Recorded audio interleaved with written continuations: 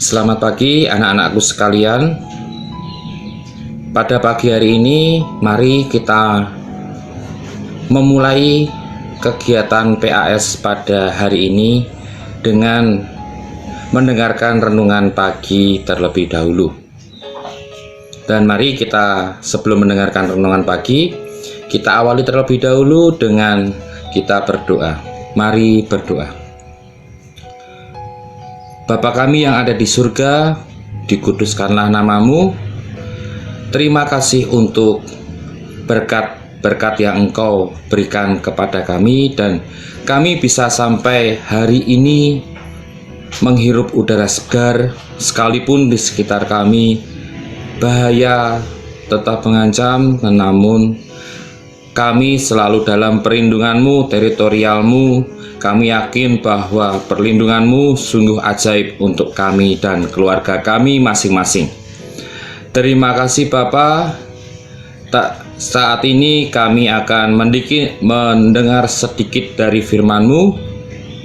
Tuntun hati pikiran kami dalam kuasa Roh Kudus-Mu, sehingga kami dapat memahami apa yang ingin Engkau sampaikan kepada kami pada pagi hari ini.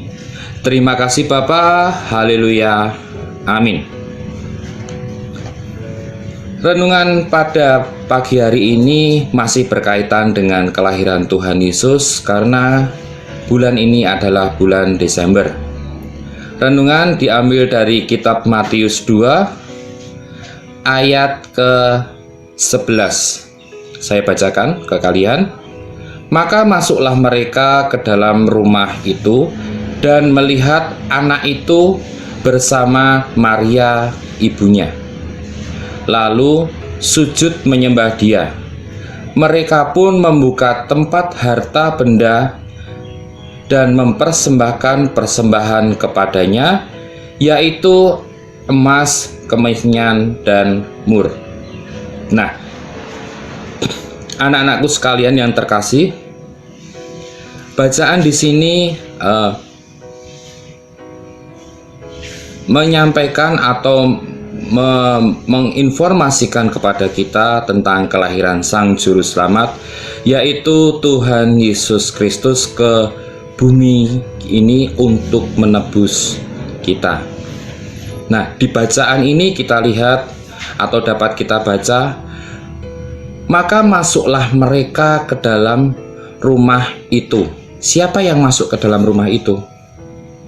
Yang masuk ke dalam rumah itu adalah 3 raja dari timur, yaitu orang-orang Majus.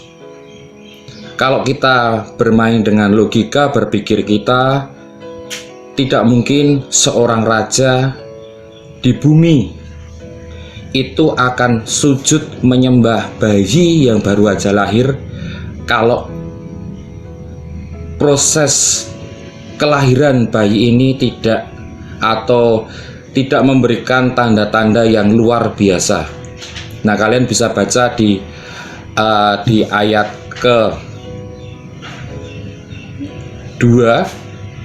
Kami telah melihat bintangnya di timur. Itu adalah tanda kelahiran dari Tuhan Yesus. Dan tidak mungkin kalau raja itu menyembah kepada bayi yang mereka tidak tahu siapa dia. Pasti bayi itu adalah sesuatu yang sangat berharga, sangat dihormati. Nah, kaitan dengan itu, mereka mau menyembah bayi itu. Itu yang pertama. Yang kedua, kita pahami kenapa Tuhan Yesus mau turun ke bumi. Padahal Tuhan Yesus itu sudah duduk di surga, di tahta surga, di tahta yang sangat nyaman sekali. Kenapa Tuhan itu mau turun ke bumi menjadi sama dengan manusia? Tuhan itu kudus. Kenapa Tuhan mau turun ke bumi untuk menjadi sama dengan kita manusia? Karena Tuhan itu punya tujuan ke kita. Kita manusia itu berharga di mata Tuhan. Kita manusia itu sungguh sangat penting sekali untuk Tuhan. Makanya Tuhan itu turun. Kalau kita bayangkan ya, kita coba bayangkan, Tuhan itu turun dari tahtanya di surga ke bumi. Lahirnya nggak di hotel loh, lahirnya nggak di villa yang luar biasa bagus, enggak. Lahirnya di tempat sangat sederhana sekali. Bahkan di setiap Natal kita menyajikan rumah di mana Tuhan lahir itu sebagai kandang hewan, tempat yang sangat hina untuk manusia. Tapi Tuhan mau datang, Tuhan mau turun sendiri. Jadi Tuhan gak kirim nabi lagi, tapi Tuhan turun sendiri.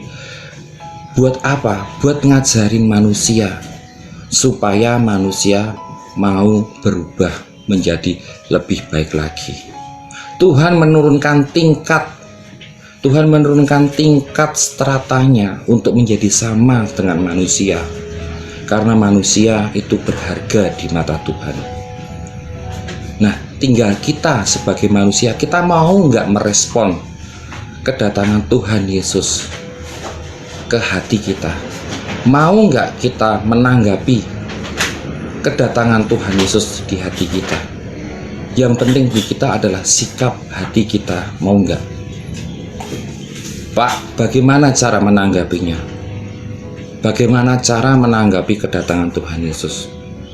Cara menanggapinya adalah berubahlah, nak. Dulu pada saat kalian mengerjakan tugas, mungkin kalian bertanya, karena di masa pandemi ini kalian bisa bertanya ke siapapun. Kalau sebatas bertanya itu boleh, tapi yang nggak boleh adalah mencontek hasil karya teman, mencontek hasil PAS teman, kemudian diaku menjadi hasil kerja kalian. Itu nggak boleh.